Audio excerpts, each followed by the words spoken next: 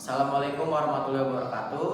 Nama saya Damar Mulyasjati dengan NPM 41818191802050 paralel 6. Saya di sini menjawab pertanyaan 1 sampai 5 tugas outdoor education. Yang pertama adalah jelaskan definisi survival menurut beberapa ahli.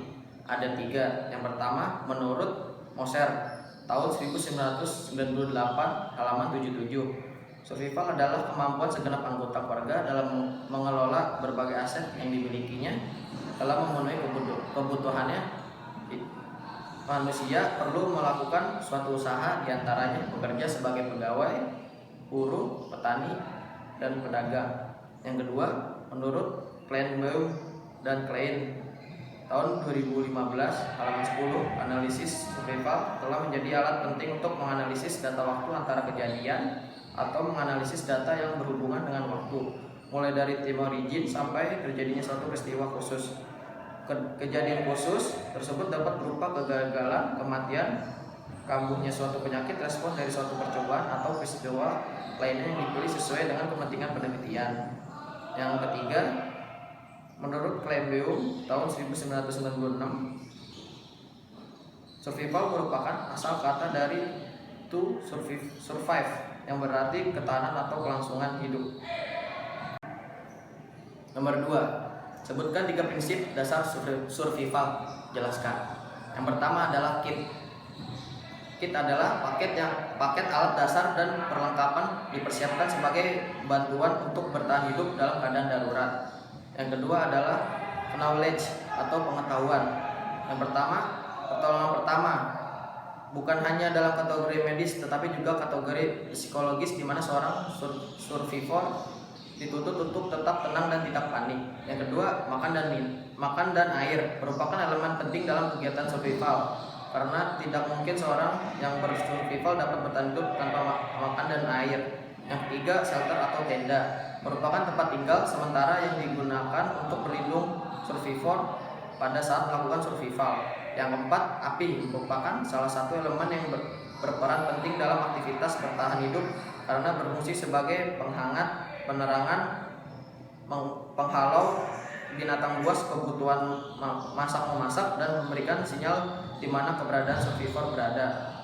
Yang terakhir, sinyal atau tanda. Dengan adanya sinyal dapat memberikan potensi survivor dapat ditemukan oleh tim penolong karena sinyal dapat memberikan petunjuk di mana survivor berada.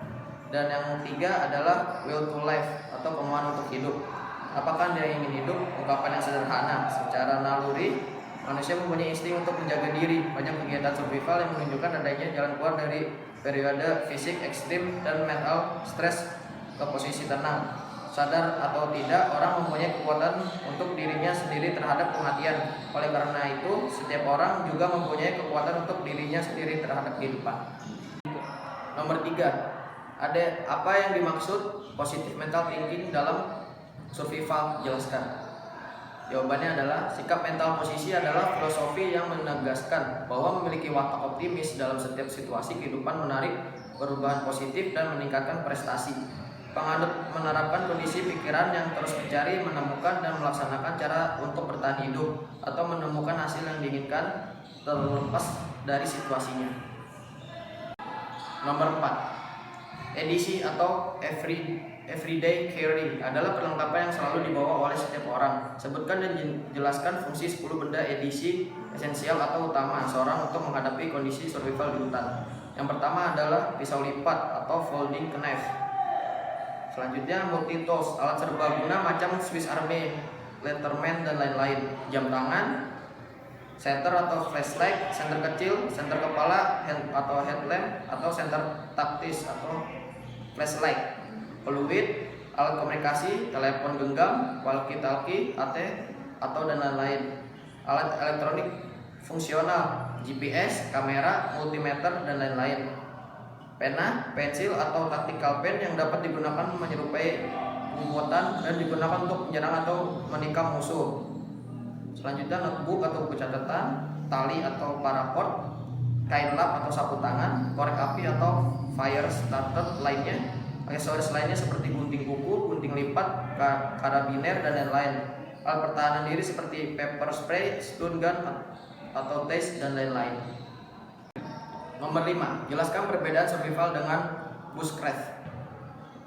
Jawabannya adalah ilmu survival juga lebih luas cakupannya, tidak hanya di alam liar saja, tetapi semua hal yang menyangkut cara bertahan hidup, baik cara bertahan hidup pasca bencana alam, cara bertahan hidup di perkotaan, cara bertahan hidup saat kondisi perang, serta cara bertahan hidup di alam liar, termasuk di dalam adalah ilmu bushcraft. Sementara bushcraft sendiri membatasi diri hanya menggunakan alat-alat dan teknik tradisional primitif untuk bertahan hidup di alam liar.